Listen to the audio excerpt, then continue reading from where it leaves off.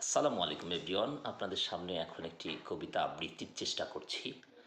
কবিতাটি অনেক সুপরিচিত কবিতা। কবিতাটির নাম কেউ কথা রাখেনি। লেখক সুনীল গঙ্গোপাধ্যায়। কেউ কথা রাখেনি, ৩৩ বছর কাটল, কেউ কথা রাখেনি। ছেলেবেলায় এক বস্তুবিতার আগমনী গান হঠাৎ থামিয়ে বলেছিল, শুক্লা দ্বাদশীর দিন অন্তরাটুকু শুনিয়ে যাবে।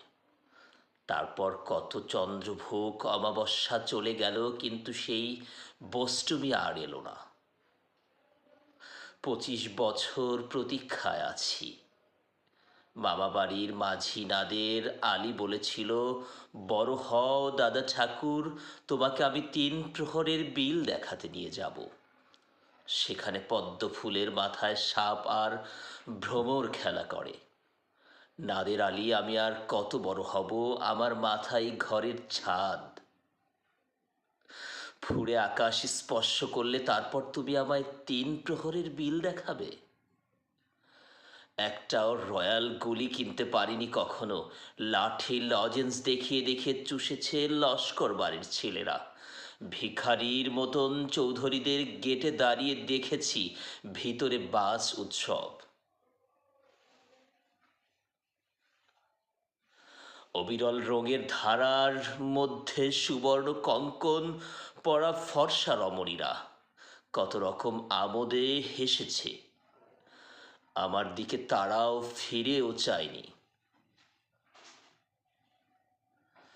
বাবা আমার কাঁধ ছুঁয়ে বলেছিলেন, দেখিস একদিন আমরা। বাবা এখন অন্ধ, আমাদের দেখা হয়নি কিছুই। সেই রয়্যাল গুলি, সেই লাঠি লজেন্স, সেই রাস উৎসব আমায় কেউ ফিরিয়ে দেবে না। বুকের মধ্যে সুগন্ধি রুমাল রেখে বরুণা বলেছিল, যেদিন আমায় সত্যিকারের ভালোবাসবে সেদিন আমার বুকেও এরকম আতরের গন্ধ হবে। ভালোবাসার জন্য আমি হাতের মুঠোয় প্রাণ নিয়েছি। দুরন্ত ষাঁড়ের চোখে বেঁধেছি লাল কাপড়। বিশ্ব সংসার তন্ন তন্ন করে খুঁজে এনেছি ১০৮টা নীলপদ্ম। তবু কথা রাখেনি বরুণা। এখন তার বুকে শুধুই মাংসের গন্ধ। এখনো সে যে কোনো নারী। কেউ কথা রাখেনি, ৩৩ বছর কাটল।